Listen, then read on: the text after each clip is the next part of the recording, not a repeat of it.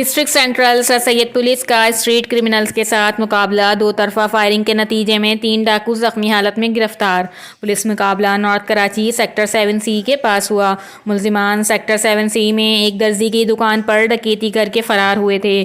گشت پر مامور پولیس نے ملزمان کا تعاقب کیا تو ملزمان کچی آبادی میں گھروں میں گھس گئے۔ ملزمان گرفتاری سے بچنے کے لیے پولیس پر فائرنگ کرتے رہے۔ پولیس کی جوابی فائرنگ سے تینوں ملزمان زخمی حالت میں گرفتار کر لیے گئے۔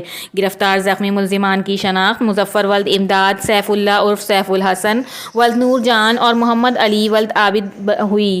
ملزمان کے قبضے سے 2 عدد پستول، 30 بور لوڈ میگزین، بمائی راؤنڈ، موٹر سائیکل 70cc اور نقد رقم موبائل فون برآمد۔ زخمی ملزمان کو عباسی شہید اسپتال روانہ کیا۔ مزید انٹروگیشن جاری ہے۔ رپورٹ کرائم رپورٹر علی اکبر خان، کراچی، CCN نیوز۔